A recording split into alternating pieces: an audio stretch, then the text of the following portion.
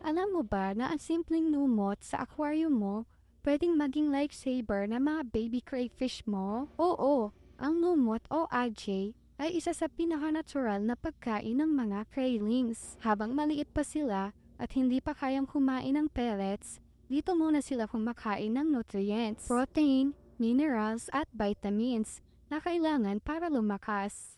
Bukod pa dyan, sa lumot nabubuo ang tinatawag na biofilm, kung saan tumitira ang microorganisms na perfect na live food para sa mga baby crayfish. Tumutulong din ang lumot sa paglinis ng tubig kasi sinisipsip nito ang excess nitrates at carbon dioxide, kaya mas stable ang water quality at mas mataas ang survival rate ng mga craylings mo. At syempre, magandang taguan din ito, less stress, less away, more growth. Hindi mo na kailangang bumili ng lumot kasi pwede mo itong i-culture mismo sa bahay. Perfecto para sa mga cravings mo. Natural food, shelter at panglinis ng tubig. Paano nga ba mag-culture ng lumot?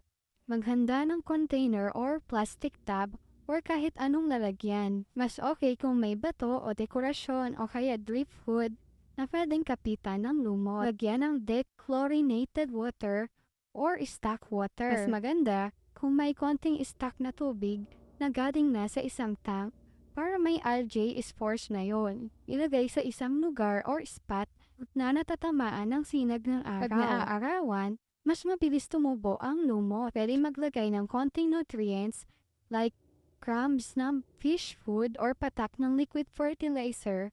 Wag lang sobra. Maghintay ng 5 to 7 days kapag may nakita ka manipis na birding film sa bato or sa dripwood.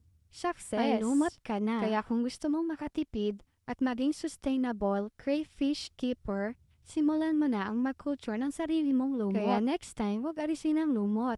Baka yan pa ang secret weapon mo sa healthy craylings. Ikaw, may lumot ba sa tank mo?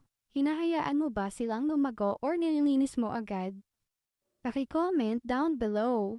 Like and share. Follow for more.